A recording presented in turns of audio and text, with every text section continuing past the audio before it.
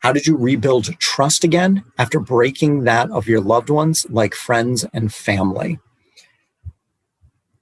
Trust comes from action. We can say a million different things, but it comes from action.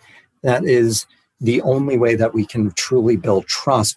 And for me to be able to rebuild that trust, which was, yes, broken, but I have such an amazing support system in my friends and family. They were very easily and quickly able to forgive me. And I believe give that trust back to me. And I'm really grateful for that. But before I could even get to that point, I had to rebuild trust in myself. And I think that is for anybody who has broken trust with friends and family, is to really build that trust within yourself first. Then the trust with others will start flowing. And a really easy way to build that self-trust is making and keeping commitments to yourself.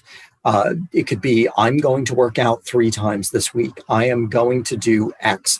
But really making the commitment, sticking with that commitment, and celebrating yourself after you keep that commitment. Because when you start doing that over and over again, you become a person who does what they say they're going to do. And when you start doing that repetitively, you start building that trust. And you build that trust in yourself. And when you build that trust in yourself, then you really can start rebuilding it with those around you.